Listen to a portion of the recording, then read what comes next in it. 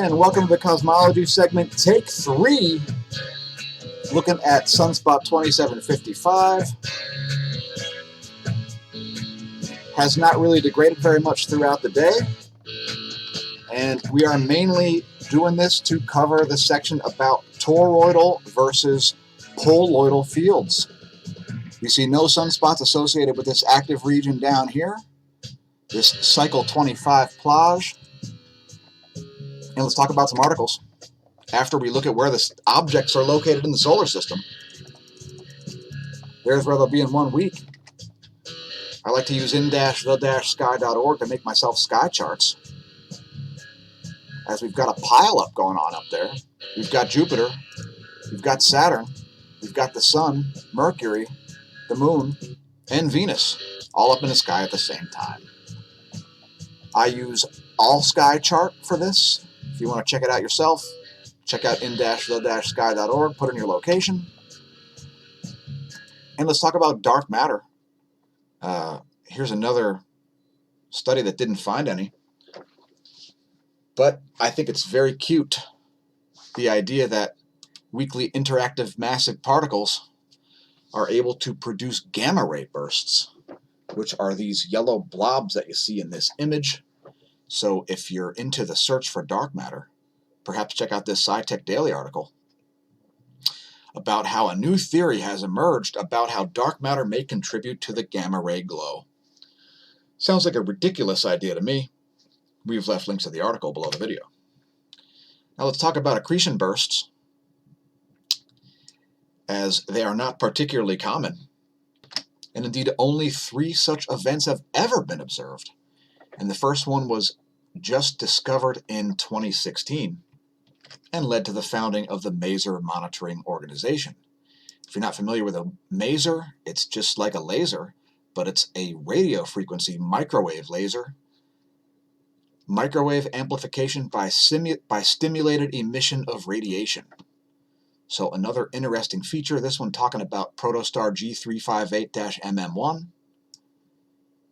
Learn about accretion bursts, as it is yet another important item in the cosmic toolbox. And if you want to hear about this society, well, read up on the Maser Monitoring Organization.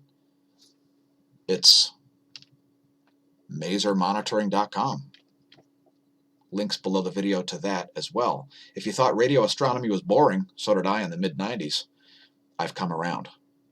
And we've also linked to the Nature Astronomy article about the G358-MM1 high-mass protostar. Shout out to China, releasing some fresh images from Chang'e 4's far side of the moon mission. Don't call it the dark side of the moon, folks, because there is no dark side. The entire moon receives both light and dark. So, however, one side of the moon doesn't face the Earth ever due to tidal locking. Here are 6 of the images. We've linked the space.com article below the video as well, if you want to look for yourself. And there are the 6 images from China's Chang'e 4 mission. Very nice.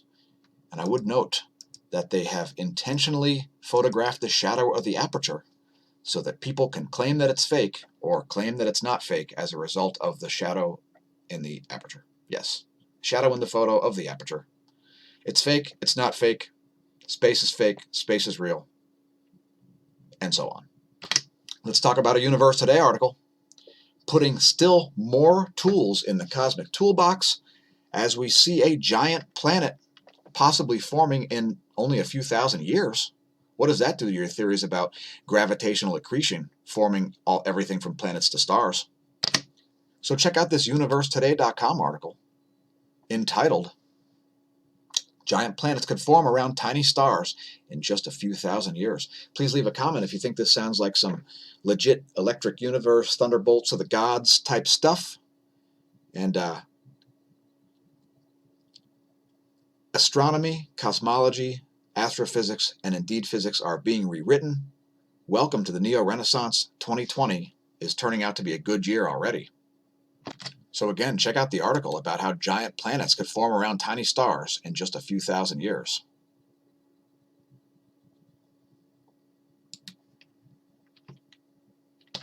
And finally, let's talk about toroidal fields versus poloidal fields.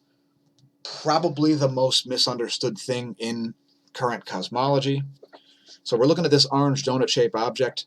That donut-shaped shape is called a toroid. And if you see the blue ray there, the blue ray is toroidal motion. This is the kind of motion that planets do around stars. And there is a relationship between the sun's poloidal fields and the sun's toroidal fields.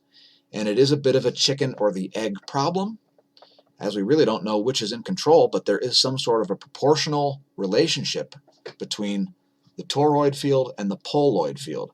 So again, toroidal motion illustrated here is the blue arrow, and poloidal motion is the red arrow. Because the sun doesn't just have toroidal fields, it also has poloidal fields. So viewing the sun from the North Pole, and this is part of European Space Agency's Solar Orbiter mission, we are starting to get photographs of what the sun looks like from the North Pole. And if you think it's kind of weird looking, it's because there is a permanent coronal hole at both poles of the sun. And so this is the poloidal view of the sun. Look a little strange? That's because that coronal hole is there constantly, which means there is a solar wind cone of 90% protons being blasted out of there all the time. Now let's look at a distant galaxy, the most powerful radio source in the sky second to the sun only. This is an object that we're looking at across the toroidal field. You can see the poloidal fields are perpendicular to your viewpoint, which is why you see these jets coming out of Cygnus A. That's Cygnus A, massive radio galaxy, 3C405. And that is what a massive radio galaxy looks like when you're looking not down the jet. If you were looking down the jet, if you were out here looking down the jet, it would look much brighter, and it would be considered a blazar or an active galactic nucleus or perhaps a Seyfert-2 galaxy, and it would look much brighter and completely different. So this is a great example of the way perspective is super important in cosmology. Now, looking at the Milky Way galaxy, first let's talk about blazar 3C454.3. This object is a blazar because we are looking at the poloidal field. And there is undoubtedly a cone of protons in between blazar 3C454.3 and U. And there's also a series of electrons in a step-like fashion, undoubtedly in between there, as this thing's emissions are going to be protons followed by electrons, protons followed by electrons. It's the way the sun works, and it's probably the way blazars work also. Now, with respect to the Milky Way galaxy's disk, you're looking across the Milky Way's toroid. But something very important to understand here is that Sagittarius A star at the Milky Way center, right where my mouse pointer is and where that arrow is on the screen, is not at a perpendicular angle to the toroidal field. Sagittarius A star is offset by a significant amount. I don't remember the exact number of degrees, but the poloidal field from Sagittarius A star is not perpendicular to this disk. It's offset at a significant angle. And so this illustration is a great example of what it's like looking across a torus versus what it's like looking down a poloidal field as blazar 3C454.3, which just happens to be the most luminous object ever imaged. Here's another example of poloid versus toroid. Now, this is Cygnus X3 in radio, X-ray, and visible light.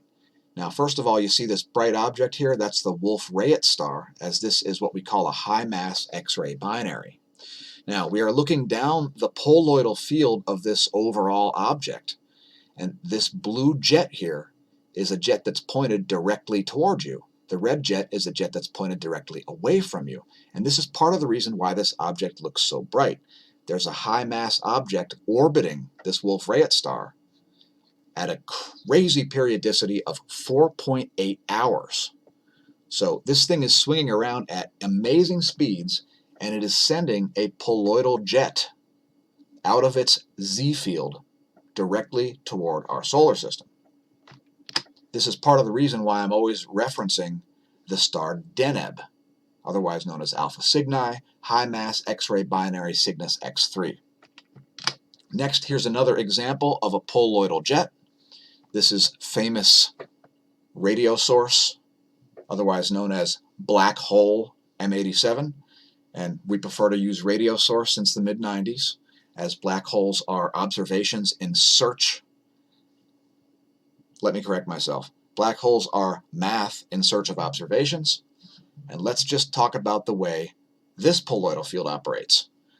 This is stretching out tens of millions of light years out of the polar field of galaxy M87. If you were inside this polar field, this would be a blazar. But since we're not, we're able to get a little bit more precise imaging of it. We can't really see the torus here, although when you look at the first image of a black hole, you see the toroidal field. Is it starting to sink in, folks? Next, we'll look at the sun, and this is the kind of Gong 2 image that we look at regularly on the channel. The toroidal field is the interplanetary magnetic field on which you live.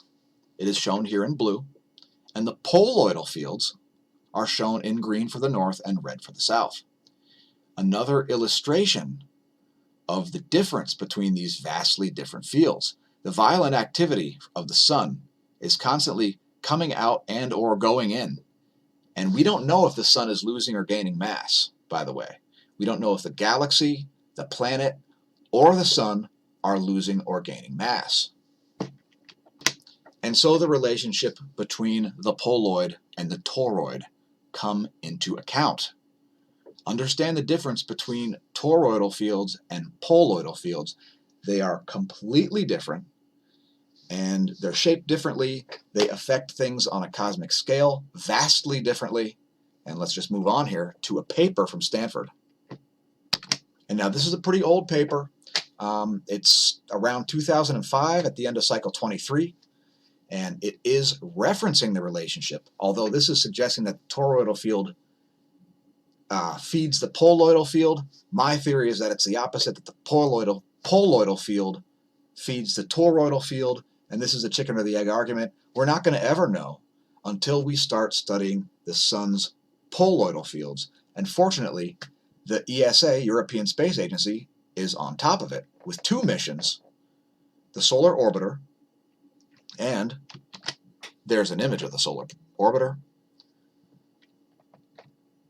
Also, the Proba 2 mission. So these are super important, and we will be following it closely on the channel. So stay tuned for that. And again, we've left links to this Stanford little infographic here. It's a 1-page PDF, so perhaps check that out if you want to learn more about that. And thanks, smAsho team. Stay tuned for our bonus features.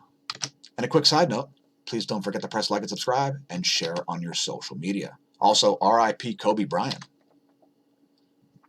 Lastly, we're going to look at sunspot 2757. There's the current state of affairs there. The trailing umbrae have not degraded significantly, and the leading umbra has not grown significantly. Let's look at it in colorized magnetogram. And there's a state of affairs in colorized magnetogram. This plage down here in the southwest does not appear to be a sunspot yet, as we see no umbrae. There's the magnetic field, and let's look at one more thing. And I meant to show this earlier. Our patrons probably noticed a couple little technical difficulties. We apologize for the dead air at the end of the cosmology video, or the daily space weather video rather.